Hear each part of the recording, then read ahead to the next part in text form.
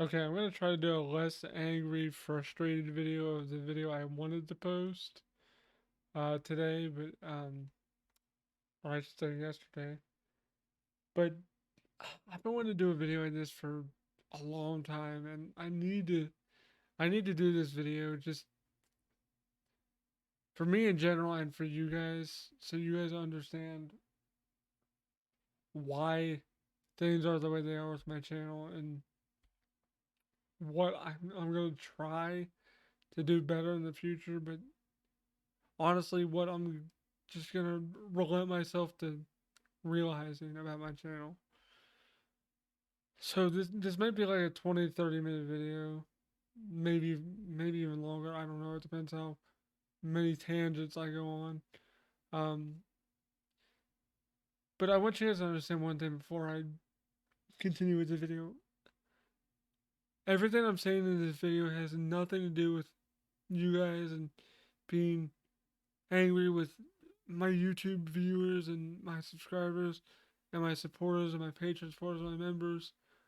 However you support me, I still greatly appreciate it. I'm just frustrated with the whole thing right now, and I want to be able to vent my frustrations about the way my channel has been the past few months, and honestly, since its creation, honestly, because I've been wanting to talk about it for a long time, and I guess I never realized how much I really wanted this to like pan out for me and be a job until until recently, until going to that convention, to where I was like, just point blank asked, "What do I do?" by some random actor. That, and let me preface that too. It wasn't like he was being like intentionally rude, but just the way he like point blank asked me, and I just had a deer in the headlights look, and like feels in myself. Like I didn't really know how to respond to it because I really don't do anything for a job. Like I know that's what he meant. Like what do you do? Like when you ask someone what do you do, that's what you're basically asking blatantly what they do for a living or what they do for a job.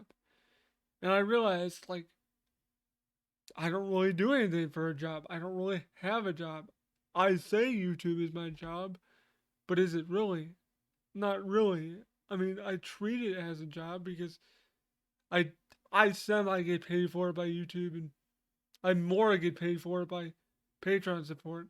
Not lately because I froze the account. I'll get more into that later on in the video.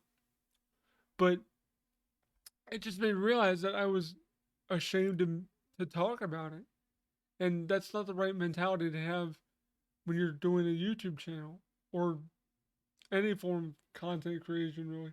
Whether it be YouTube, Twitch, TikTok, whatever, Instagram, whatever you may be doing or pursuing creation or artistically or whatever you're producing. If you're producing a product or service or something, you want to be proud of what you're doing. Not you want to talk about it. Not you don't want to not talk about it. Which I realized I really don't talk about my my love for doing YouTube outside of like YouTube circles and the few friends that do know I do it and that I actually do enjoy doing it. It's just hard to daily grind every day for me because my channel isn't successful, and I'll get to that in a second as well. What my thoughts are on that and why it's not. But just that convention was very eye opening. Just that one conversation made me realize that I need to I need to find something to do that I'm actually proud to say that I'm doing for a living. And there's multiple avenues of things I can try to try to do to go get some form of job so I can actually have a job I'm at least proud to say I'm working. But I'm honestly, guys, I'm honestly afraid to like dip my toe in the water because I've never had an actual job before. in my 33 years of being alive, and probably the last, I don't know, what would you say, like 17 years, 18 years, when I was like 15, 16, I guess, of age to get like a part-time fast food job or whatever. I never even had any aspirations to get any kind of job. Even even after I left high school, I never really had aspirations to like go to college or get a job or whatever, because I didn't know what I could do. Cuz I know my limitations, and I know the biggest hurdle to get around is getting around, cuz the wheelchair and just the wheelchair van, and upkeeping the wheelchair van to make sure I can get to point A to point B. And if that doesn't work, I'd have to rely on public transportation. But that's not always reliable, especially for someone in my situation. Like, would they actually come to my house and stuff like that? I didn't know any of that stuff.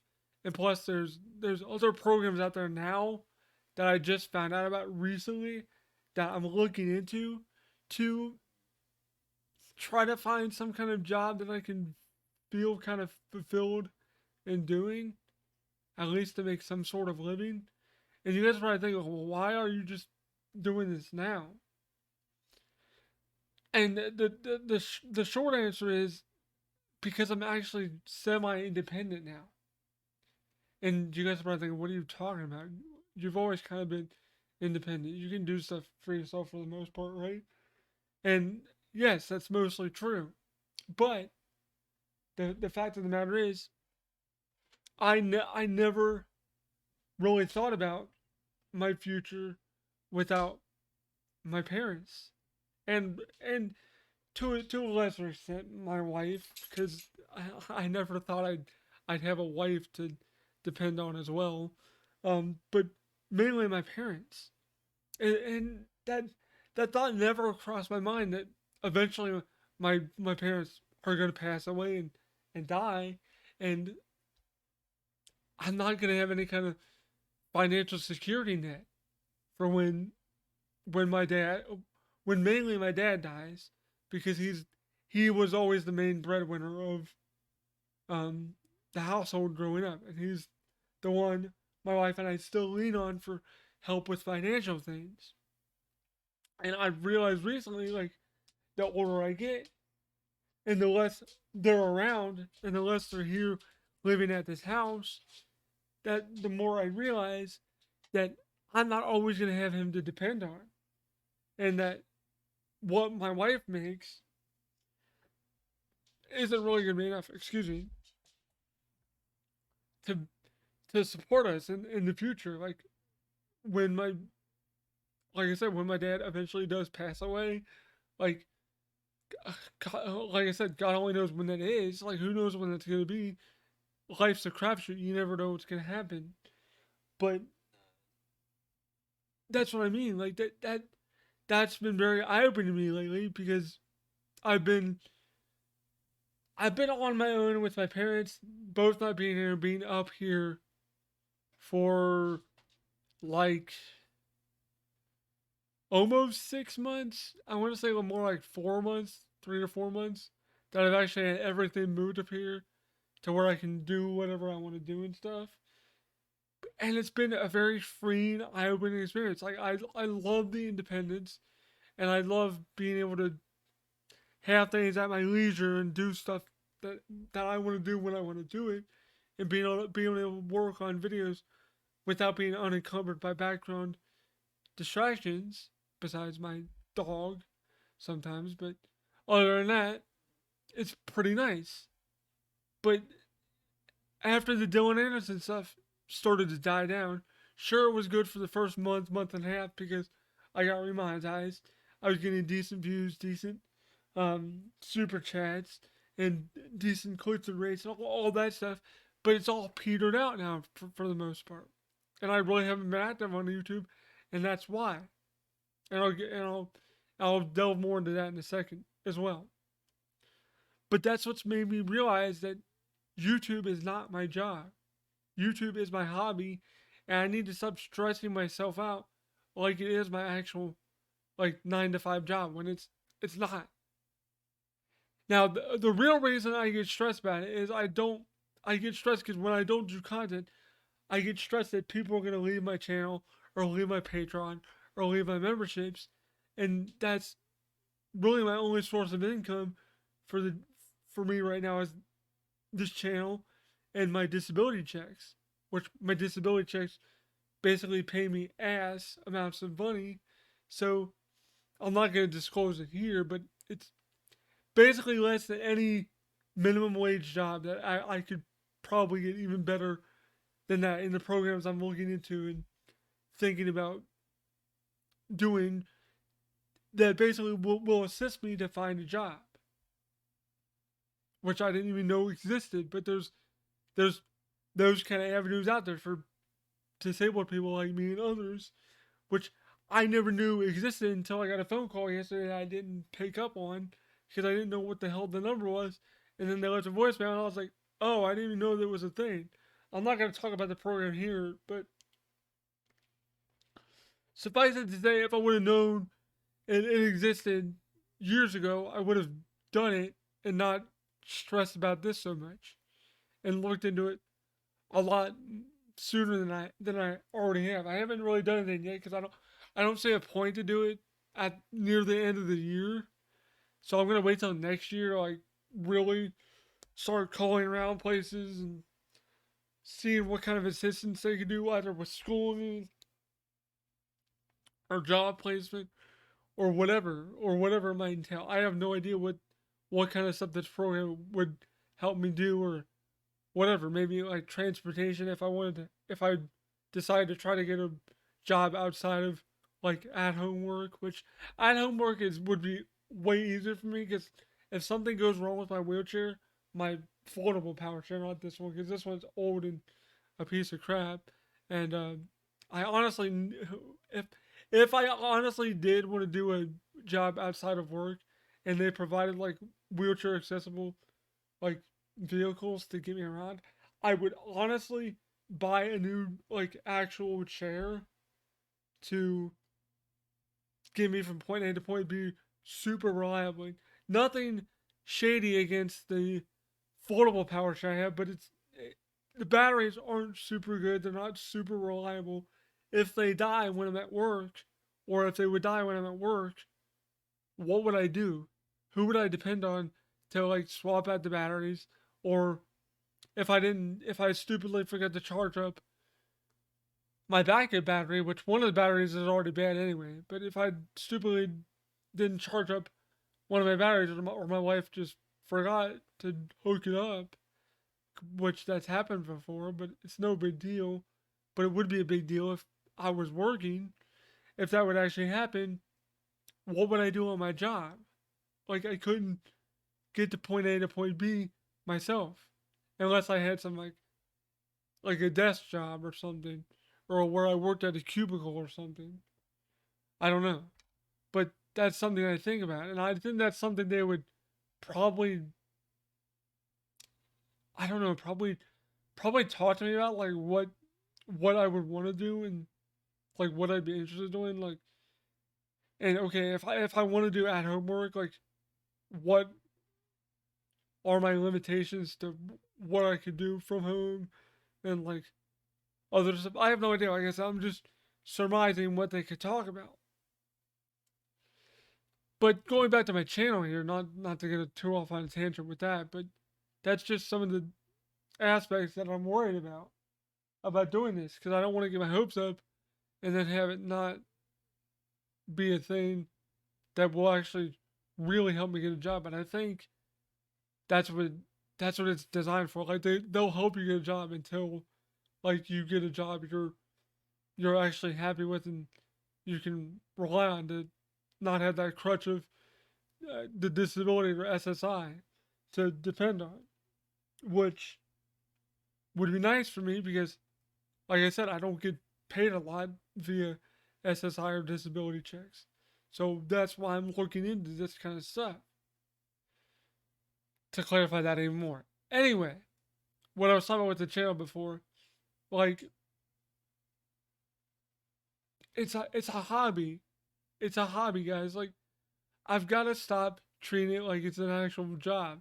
It stresses me out too much when I do that. And honestly, this past like week and a half I've taken off has been really nice because I haven't been thinking about. I've been thinking about other opportunities other than YouTube, but I haven't been worrying about uploading videos. I've done one video so far that I'm still working on, but um, I haven't been super worried about being consistent. And the reason for that is I never built this channel to be consistent, to consistently upload videos. I mean, for one, think about it, guys. For one, okay, what I built this channel on was Tiger Handle games and LCD games. You can't make a sustainable like channel content wise every day or like 2 times a week doing a video and like doing live streams with that kind of um with that kind of channel content like roadmap. What I should have done is do what a lot of other people have done so far, like just make video game related channels talking about video game news and just video game stuff in general, just things that are happening in the video game industry and whatever else, like E3, the Game Awards, stuff like that, Nintendo Directs, Sony State of Plays, Xboxes, whatever their things called, I forget what the hell it's called. Um, but talk about stuff like that. If I would have had the wherewithal and the equipment and like the PC to do that stuff back in like 2012, 2013, 2014, when people were actually don't starting to do that kind of content, I would have done that, and I probably would have been successful. I'm not trying to toot my own horn, but I think like people would have seen me as kind of a different take on a lot of the video game industry because I have a lot of different takes on a lot of stuff. Like my thoughts on the Wii back in 2012 or 2011, whenever that came out, 2010, 2009, whatever the hell it was, and the Wii U would have been a lot different than a lot of other people's because it was mainly a motion centric based gaming system with motion controls. And for me, that would have been a very unique thing to cover. Like, okay, I like the Wii U, the game or the Wii that has the games that don't have anything tied behind motion controls, like Dragon Ball Revenge of King Piccolo, or any of the light gun shooters, or Castlevania Judgment. I'm naming games I actually have, by the way, that aren't tied behind motion controls. But that's like 80% of the library that's motion controls tied. That kind of stuff would have netted me some decent views, I think, because I would have had a different skew or different perspective on those kind of games. If I do that stuff now, it's not going to do anything. Because even if I was super consistent, when the GoFundMe stuff was going on, which I'll get to that at the end of the video because there's a lot of stuff with that I want to talk about, and that's one of the reasons why I don't stop doing YouTube, and I'll get to that in a second. And with Dylan Anderson, hold on, guys, I'm gonna take a drink here. Give me a second. Okay, sorry about that. My throat was getting dry. But anyway, but with the Dylan Anderson, it was different. the The amount of exposure was less, but also more because more people subbed to my channel with Dylan Anderson, but less people actually like viewed my videos as a whole. And by that I mean like one of the videos for the GoFundMe, I don't remember which one it was. I think it was the live stream I did. Got like 200,000 views at one point, and it was trending. One of them did. I think it was live stream. It might have been like the first video I did, or the second big update video I did. I don't remember which one it was, but one of them got 200,000 hits and was trending on YouTube's homepage. I've never been able to recreate that ever in my YouTube's YouTube channel's lifespan. I've never created a single like viral video again, or a video that did well that actually got recommended and trended on YouTube. Now, I'm not saying that's what you need to do to succeed. I'm just saying that's probably what helped the initial boom in my channel back in the GoFundMe days, where I was getting like decent views, and like I actually made like $400 in just with ad revenue and stuff because people were actually watching a lot of my videos. Or it was on, maybe it was on like 200 to 300. I don't remember. It was a decent amount for like a smaller channel, and for me at the time, I was like, holy crap! And it was before I was getting a bunch of super chats as well. And I'll get the super chat in a second because that's another big thing too. But that's when I realized back then, and that's why I was being super consistent back then, doing multiple videos a day, multiple streams a day, stuff like that. But I stopped because people were getting annoyed with me uploading multiple videos a day and doing multiple streams a day. They're like, dude, you're oversaturating your channel. And I'm like, okay, I'll just go back to doing what I was doing, just only do update videos and only do videos when I have handle games to do. Because at the time, I didn't have any capture equipment to capture footage from Switch or any kind of HDMI device, so I couldn't do videos like I do now. So anyway, after all the hype died down, and with the initial hype, I developed like anxiety. Not severe, but enough to where I was losing sleep. There were at one time there was a couple stint of days where I literally didn't sleep all but like 2 to 3 hours, and I literally had to take like sleeping medication for like one night just so I could sleep. That's how bad the anxiety was with all the like press and attention I was getting. I didn't know how to handle it, and it really stressed me out and really gave me anxiety, and I still have that today. That's what caused my anxiety. I've always had like a bit of anxiety, but it's never been to the extent that it is today because of GoFundMe. And it's I'm not trying to trying to put the GoFundMe stuff in a negative light, but and I'll get to why in a second because it all leads into the Dylan Anderson stuff too. But with the Dylan Anderson stuff, I was already used to it. I already been through the the the what's the word I'm looking for? Like the initial hype of like a hype train type thing around my channels. So I was like, whatever, no big deal. But then my channel started exploding worse than it did with, or I should say, not worse, but more than it did with the GoFundMe. I was like, oh shit, I could probably reapply for monetization because back in 2018, I had lost monetization because that's when they did their 4,000 watch time hours in a year thing that you had to get, and you had to have the minimum of 1,000 subs to get monetized or apply to be monetized. And when I lost it, I was kind of pissed off because I initially I thought I lost it because YouTube just found my channel irrelevant anymore. So I thought that's why they kicked me out. I didn't know that it was because of their new changes, the 4,000 watch time hour in a year thing.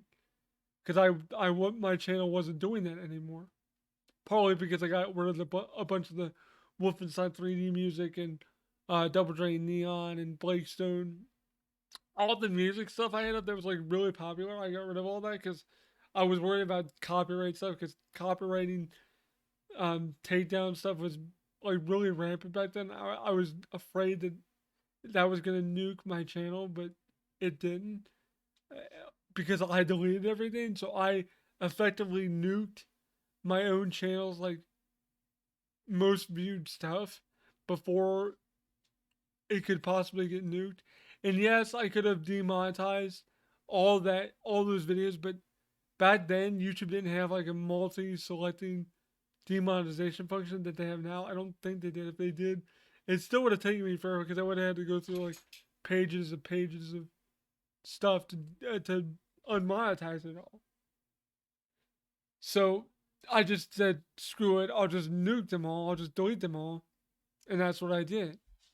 And then my channel's watch time tanked, and I was like, well, I guess I'm not going to be monetized anymore with YouTube, and I I relegated I relegated to being being that, and that was it.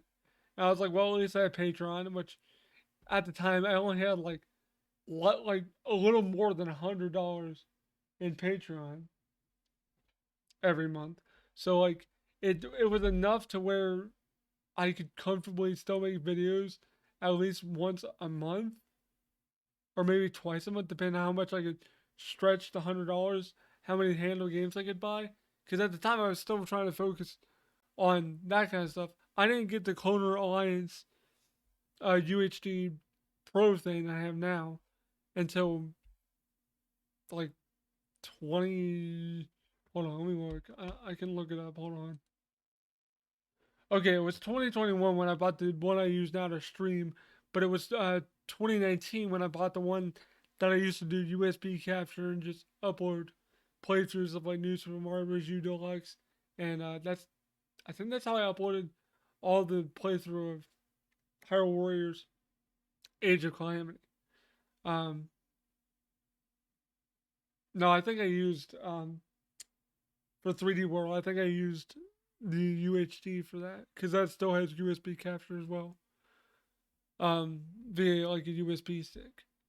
But anyway, that's beside the point. But I'm just saying, I wasn't one of those YouTubers that had access to a good computer or like a nice setup or a nice rig to effectively stream and record content like this where I'm just talking to you guys. So I just kept doing what I was doing. And back in like 2017, 2018, even after my channel monetization died, I was like, okay, I need to do more stuff. I can't keep doing handle game stuff. It's not working. I want to move on to other stuff. So that's when I relegated my dad to spend like whatever it was, like 200-ish dollars on this thing that I'm using now, um, and used it to stream a couple things. And I enjoyed it, and I was like, well, I can actually get a webcam. And then someone sent me a webcam. I think it was one of my Patreon supporters. Someone sent me this webcam I use. Um, so that's why I started doing videos like this, just talking about random stuff. But I stopped doing it because people kept complaining about how my background looked, how it looked shitty, and how it was always messy and shit. And I was like, fine, screw it. I'm not going to do videos like that anymore until I can get a better setup. Which even still today, people complain and bitch about it, even though it doesn't look nearly as bad as it does or did back in like 2020 and 2021 and early on in 2022 and even into late 2022. I didn't recently move up here until now, but people on the internet are never happy with what people can do. And people will never understand my limitations as a creator living with a disability, not being able to set up my own rig and my own setup myself, i.e., my wife and my friend help me set this stuff up. My wife helps me plug stuff in to my computer, especially stuff that's plugged in the back and stuff like that. She did all that stuff. That was all her. All behind the scenes stuff you guys see that's set up and done, that was all her. The PS5 hooked up by her. The TV brought over by my dad, hooked up by him. None of that I ever did. So like I can't physically do all this stuff that people want me to do and get like a green screen and lights and better audio equipment. That I could do, but like getting a better mic would not make it sound better in this kind of environment. I would need an actual enclosed room with like sound dampening stuff for like studios that they use. You know what I mean? Those little pads they put up on the walls to like help with the acoustics in the room. I can't do that for our freaking living room. Like that's why I don't do that stuff, guys. Because I physically can't like use any of it. Even if I could have my wife set this stuff up, we would have to constantly set it up, take it down, set it up, take it down. And the way my wife's work schedule is, it just wouldn't work.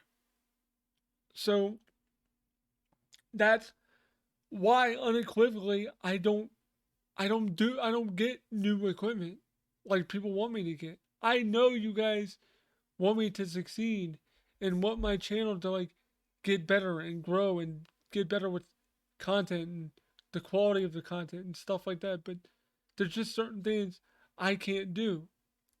And like I said, I'm still in the mentality of like 2009 me, like, well, I'm not doing this to succeed because I didn't build the channel to succeed. I mean, guys, look at the channel name for one, Handheld Game Fan.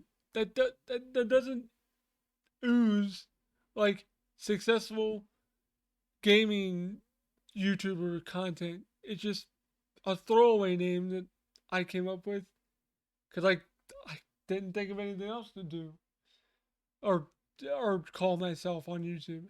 What I should have done is call myself like Kevin the Media or Kevin's Media Room or something like that. Because nobody calls me Handle Game Fan anymore. Everybody calls me Kevin because of Dylan Anderson. That is my real name, by the way. So, um, so yeah, I feel like I'm like having like a weird identity crisis on YouTube as well now because no one calls me by my name anymore on my YouTube name. So like that's what's made me want to move on more from Handheld Games because one, it's expensive to keep buying these things. Two, they take up a lot of room. And three, they just they just don't get good views. And that's why I've kind of moved away from Handheld Game stuff. I still enjoy collecting, not as much anymore because it's so damn expensive anymore, but I still enjoy looking at eBay listings and Mercari and crap like that to find new games I don't have or games I want in my collection. So I still do it on the side. It wasn't a very smart idea to build a channel around my actual hobby. That's why I keep saying this channel is basically my hobby personified in a way. So going back to Dylan Anderson and the success I've seen because of it, when it was going on, when the initial like spike was happening with my subscriptions, there was one day my dad came over. It might have been the day he brought over my TV. I don't remember if it was that day or not. He was he was doing something over here. Um, and he was like, "So what's going on with your channel?" I'm like, "I don't know. Some guy named Dylan Anderson did a YouTube short that I had to explain what YouTube shorts were." And then my dad was like, "Okay." He's like, "Well, can you pull it up because I want to see it?" And I was like, "Fine." I dug through my history, found it because I watched it, and I found it, and I was like, "Here." He watched it. He was like, he he was like crying about it. I'm like, "Why are you getting so emotional about it?" He's like, "'Cause it's a big thing. Someone says you're inspirational and like it's actually helping you kind of succeed." And he sent it to my mom. She was like bawling her eyes out. Not saying I didn't bawl my eyes out, but I didn't expect that reaction from my dad. And he was like, "Well, do you think this will be successful for your channel?" I'm like, "No, because it's gonna be like it was before with the GoFundMe stuff. I'll see a short spike in subscriptions for a while, and then it'll peter out." And he's like, "Well, good. At least your expectations are set at least your bar is set pretty low. And I'm like, yeah, it always is, especially after the GoFundMe stuff, because I already got my hopes like sky high with that. But then he was like, well, what if something does happen to where like you can actually make a living doing this? He's like, did you realize you'd have to like report it to Social Security and you'd have to drop your SSI and stuff? I'm like, yeah, but that's not gonna. It's never gonna be a thing where I can sustainably make like more than what I'm currently getting in SSI in a month. He's like, well, what do you mean? I'm like, remember how it works? I have to get like $100 minimum to get a payout. Well, it's literally still the same way. And I don't think my channel would make enough money to warrant me saying, okay, this is my job now, because I'd have to make at least double or even triple what I'm getting in SSI or disability to make it worth it. He's like, you got a point. I was like, see, my channel sucks. It's not gonna be successful.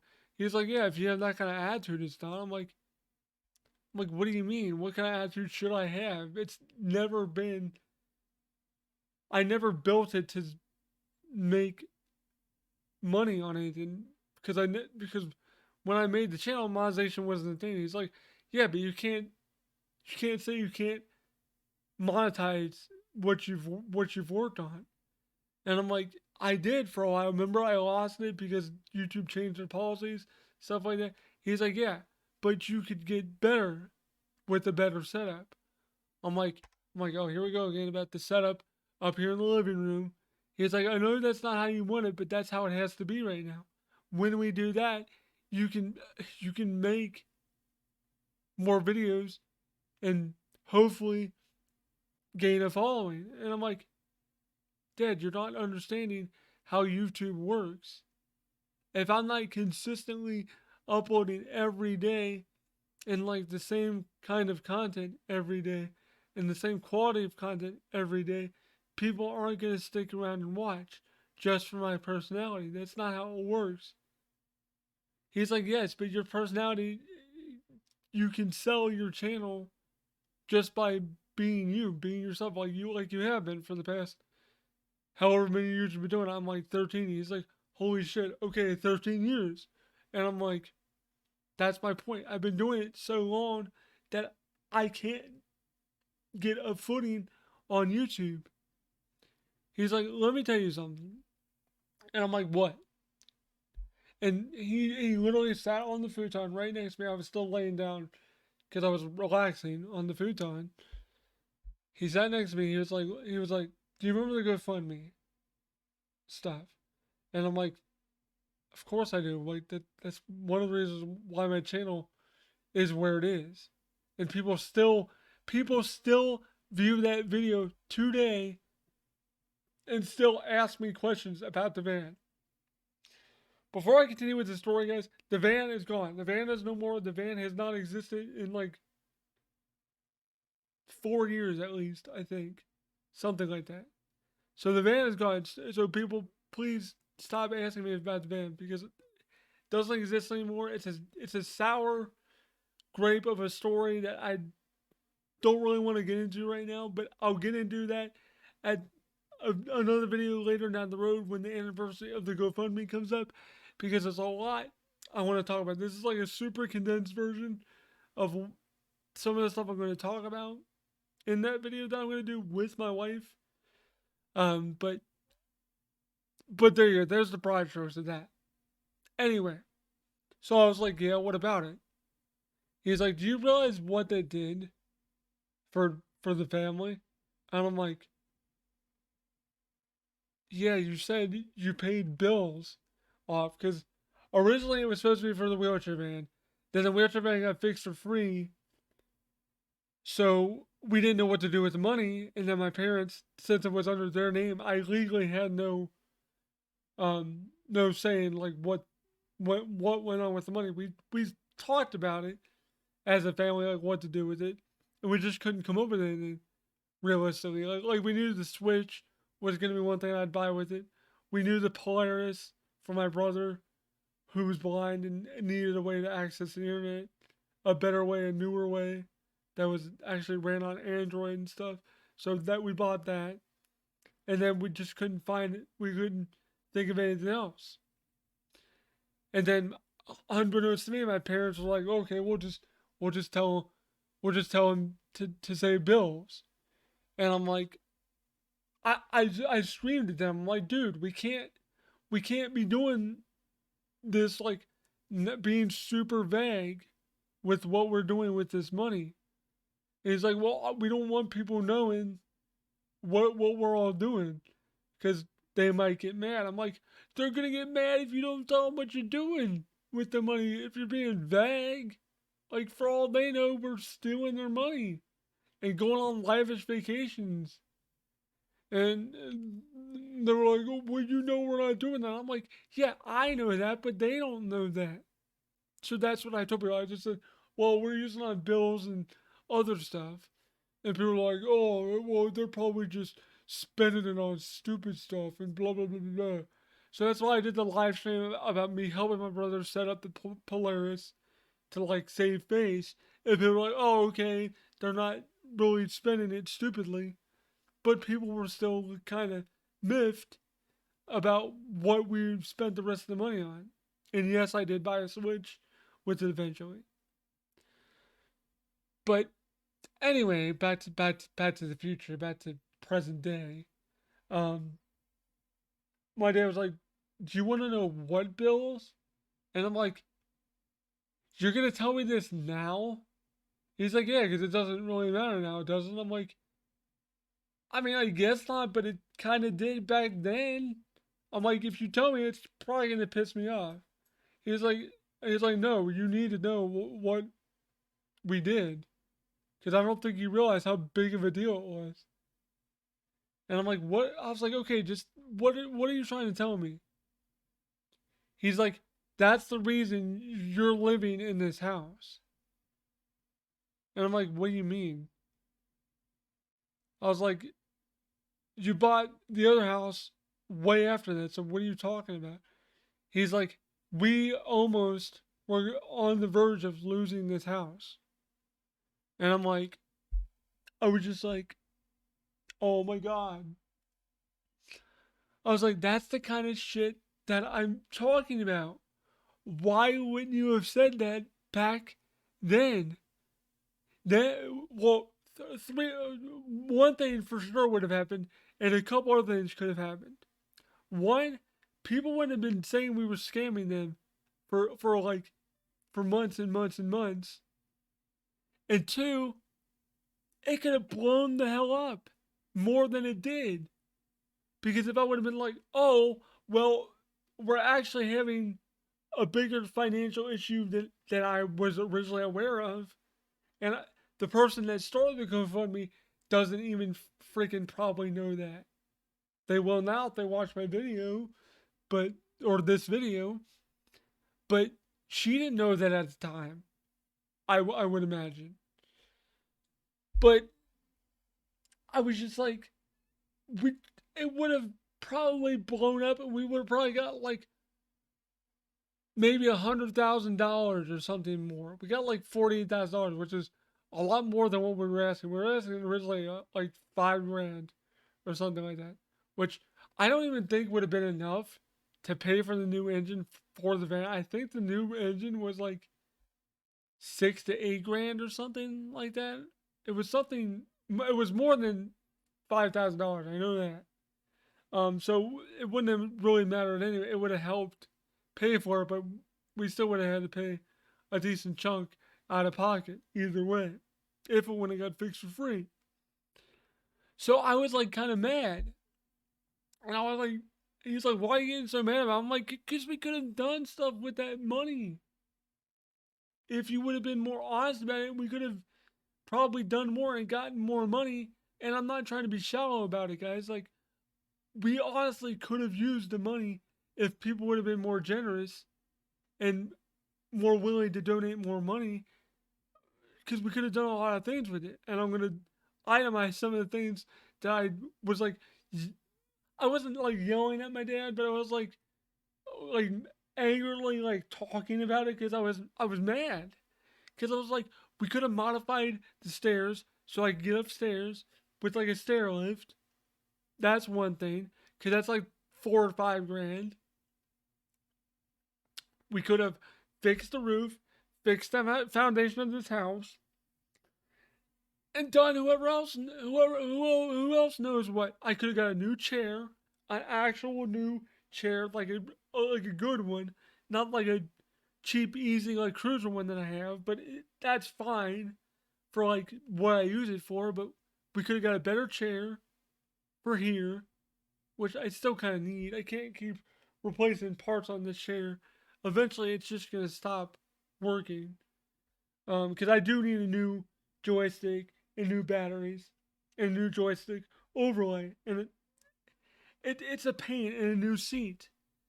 Um, so that was all that stuff. I didn't mention that during the conversation, but I would have thought about that kind of stuff if it would have happened back then. He was like, "Yeah, but me and your mom didn't want that to happen." I'm like, "Why? Why wouldn't you want that to happen? Like, what? What is the rationale behind that? You not wanting that to happen? Well, we didn't want all the press and all that stuff, and we didn't want people coming out of the woodwork and being like, we need money. We need. I was like, then ignore those people like I did. I'm not trying to say I was actively ignoring people like with their sob stories, but like you can't tell if people are being genuine on the internet. Like it was all because I was getting Facebook messages from like randos on Facebook, um, about my family's in like trouble. Could I have like $4,000 or something like that? I would get stuff like that. I was like, I would just ignore or block the message because who knows if those people were being truthful, and they never had proof or like a GoFundMe of their own to like prove it.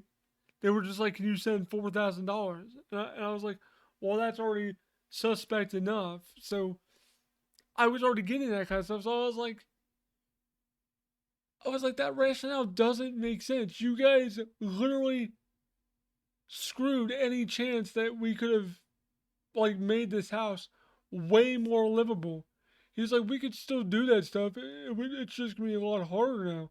I'm like, that's my point because now we actually have to like save up the money for it, and we don't really have that kind of money, and like we don't know if insurance would cover that stuff, and all this other headache related crap. We could have just paid for it out of pocket and been done with it. If because the thing that bothered me the most about my dad telling me this stuff when he told me is that my parents knew full well that they intended for my wife and I to live here in this house and for my parents to move out and buy another house of their own. So we'd basically be paying rent here, paying them rent, and paying for the like amenities like electricity, water, stuff like that. They they full well knew that, and they still said nothing about needing help with like actual keeping the actuality of keeping the house. Like how would that have worked if we would have lost the house? Like just the rationale behind it didn't make sense to me, and I'm like, I didn't say this to him, but I was just thinking like what I just said. I was like, what the hell kind of rationale is that though? Because I know like one of my mom's like super weird pipe dreams was like to get like two like a 3 or 4 story house to where like my wife and I would live on one level, they would live on one level, and then my brother would have like his own room and his own level to live on. And I'm like, no, I want to live on my own. I don't want to have you guys hovering over me every freaking day of my life. And my mom would always get super offended about it, like, why don't you want us living there? Why do you want us living there? I'm like, because I'm an adult. I'm an adult. I don't want to constantly live with my parents and like be doing husband and wife stuff, knowing my parents are in the house. Like, do you realize how awkward that would be? Like, my mom's always like super supportive and like overly supportive and like just you know how it is. But if a parent has like a disabled kid, they always try to like make sure they have everything, and she's always been like that. Even still today, because my dad told me recently that she still feels bad that she's not here to take care of us. But she's got to realize that my wife is here, and when she's off work, she can take care of us. It's time for my mom and dad to enjoy their lives. They never got a chance to really enjoy themselves and be around each other without us. My brother and my younger brother wasn't really a focal point because he's not disabled. So, like, he was never really a factor as somebody they really had to worry about and focus on and like take care of. They did when he was younger, but when he was a teenager and he could do more stuff himself, he was more able to. And I'll delve into him a little bit too because I know people are gonna ask about stuff like that probably. So I'm gonna delve a little bit into that too. Um, but I want my parents to enjoy their life now because they actually can. And I didn't know this, but apparently, like growing up, my younger brother growing up, like my older brother and I were always an inspiration to him. Keyword inspiration, just like Dylan Anderson said, and like my dad has said before. And I hate being an inspiration, and I'll get into why I hate that, but it also makes me feel good too because without that, my brother said he wouldn't have pushed himself as hard in high school and elementary school to be the outstanding student he was in school and the person he's grown up to be today. So that's what I mean. Like, I don't try to be inspiring, guys, but the GoFundMe inherently is why I haven't given up on YouTube because I owe you guys everything. This house, that GoFundMe is the reason I am in this house. By what the story my dad told me, if any of it was like fluffed up, I have no idea. And if he gets pissed that I talked about it, then that means it obviously wasn't, and he didn't want me talking about it. But you know what? People need to know this stuff.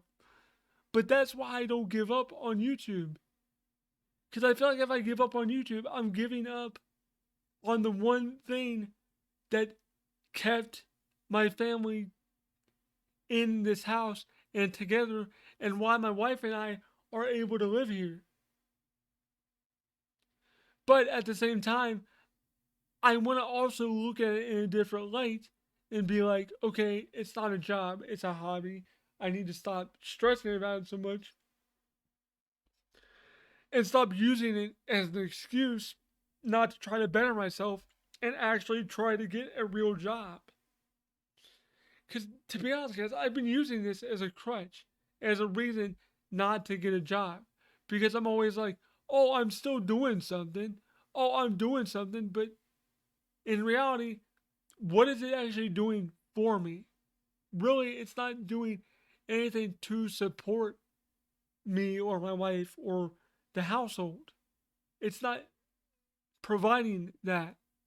And that's one thing that my mom always is like, well, at least you're doing something. I'm like, yeah, but I'm not providing for myself. And the money I get via disability or SSI, whatever, is like a fart in the wind compared to what I could be doing out there. That's the realization I've come to over these past couple months. I don't know why it took me so long to realize that. I'm guessing because I've never really been on my own before. And I know it's a weird thing to say that I've never been on my own before, but I never have been because I've always depended on my parents for stability and financially and things like that. And now it's kind of my wife, but not really because I know she doesn't make a ton of money, and the money she does make she needs to save it or spend it on like car payment and other stuff like that. So we don't have a lot of money to like throw around and do stuff, i.e., like going to conventions. Now, the only reason we're able to do stuff like that is because she scrimps and saves throughout like the months leading up to conventions, so we have barely enough to like go enjoy the convention at least. And I'm getting sick of not being able to like get everything done and like or get how much stuff I want to get signed or get like photo ops or whatever because we're on a tight budget. We wouldn't be on a tight budget if I would get off my ass and get a job.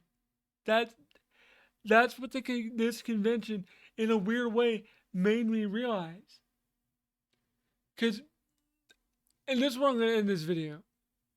And this is gonna sound super freaking weird for people, but it's the truth. When I used to do conventions, I didn't want them to end. I didn't want them to end because I didn't want to go back to the way or to where I was living or how I was living my life. Conventions were an escape for me originally. And I was like, cool, I get 4 days away from my house, 4 days away from like being down in that small room trying to make YouTube videos with background noise and other distractions.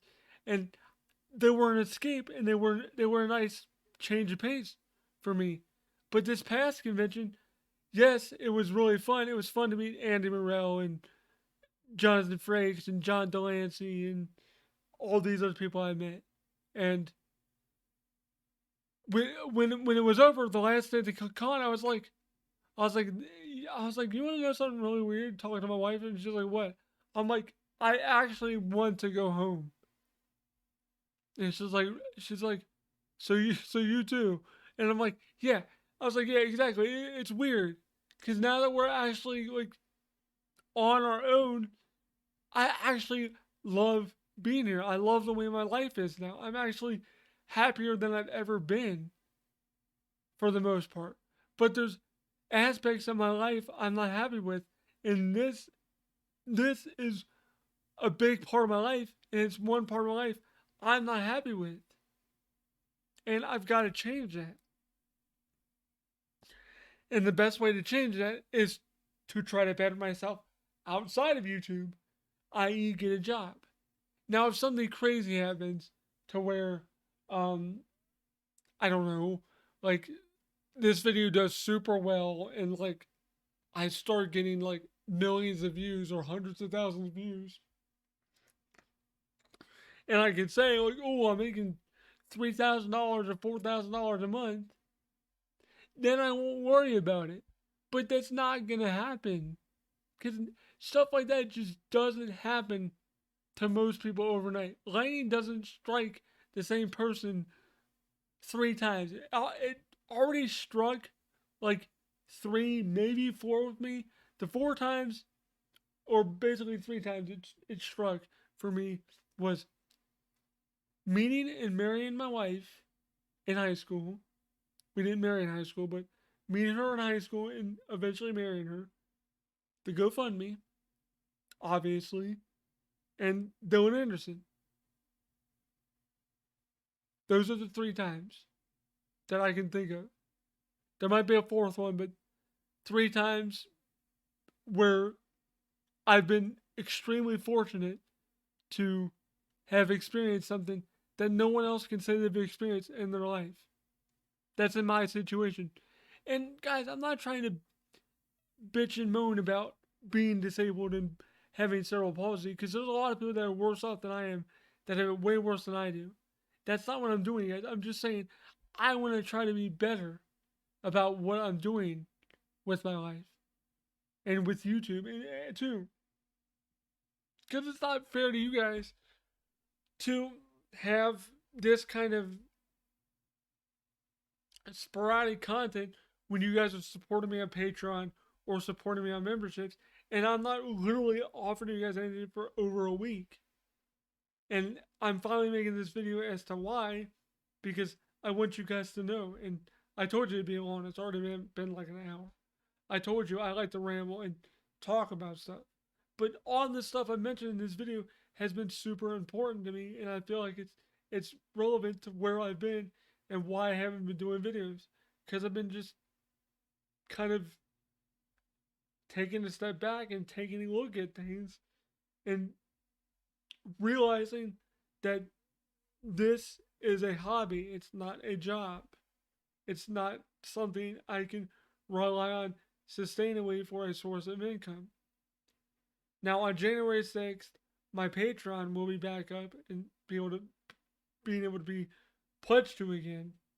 So if you do want to support the channel that way, you can always do that via $1, $3, or the $5 tier. I'm probably gonna get rid of it just at the $1 and $3 tier, because I'm gonna try to restructure my Patreon a little bit starting next year, to where I'll actually give you guys like blog posts and sometimes vlog posts about what I'm doing behind the scenes and what kind of stuff I'm watching, what kind of stuff I'm buying for myself, like my DVD collection, maybe like a movie review or something like that for Patreon viewers only. That's something I'm thinking about doing, because I need to be better about Patreon as well, giving you guys something for supporting me on Patreon, which I feel like doing that um, would actually warrant more support, hopefully, and maybe I could turn that into a source of income until I find an actual job or something. And if I get like crazy amounts of support on Patreon and memberships, then I won't worry about it, because I can actually use that money to help support the house and bills and stuff like that. If you guys would be okay with that, let me know in the comments below, and I'm gonna send all my patrons a message to let you guys know what I just talked about on this video. So that's kind of the rundown of where I've been and what I've been doing, and kind of why I've been so radio silent lately. So I hope you guys enjoyed this video. I hope it was kind of eye-opening for some people, but I hope people don't judge me and don't get angry with me after this video, and don't say things like, "Oh, you're feeling entitled to your success." No, I'm not. Like, if anything, I don't deserve any of this success I've seen. And it's all because of you guys that I've seen any kind of success. So to all you guys out there that have supported my channel via super chats, super thanks, or Patreon or memberships, thank you so much for supporting the channel over the past couple months and years. If you've been supporting for a while, it really means a lot to me. It helps out the channel tremendously, and it helps relieve some of the burden financially on my wife and I. So I truly do thank you all for the support. So in closing, guys, thank you guys so much. I love you guys so much. I love each and every one of you guys that have subbed me. Thank you, Dylan Anderson, for giving me that shout out, giving me a chance to be inspirational to more people, giving me more of a voice out here on this platform. Thank you so much for the short you did. Thank you to Wavy Webster for covering my GoFundMe journey on your channel as well. It did help out in a small way, get me some sort of little bit of stint of growth too. But thank you to him as well. And thank you to everybody else supporting me on Patreon, all that good stuff. Because I don't want to do an end screen thing, because it's this video is already over an hour long, so I don't want to do that. But I just wanted to do this video and let you guys know why I haven't been doing videos. And this is why. So thank you guys for all the support. Hope you guys understand. Please just bear with me while I try to work through all this mental turmoil I'm going through. And I know you guys will support me, and I really appreciate it. Thank you guys so much. Have a happy holiday, whatever you celebrate, and have a happy new year. And stay safe out there. And I'll be back soon with my holiday gift idea for the Nintendo Switch. So thank you guys for watching. Peace.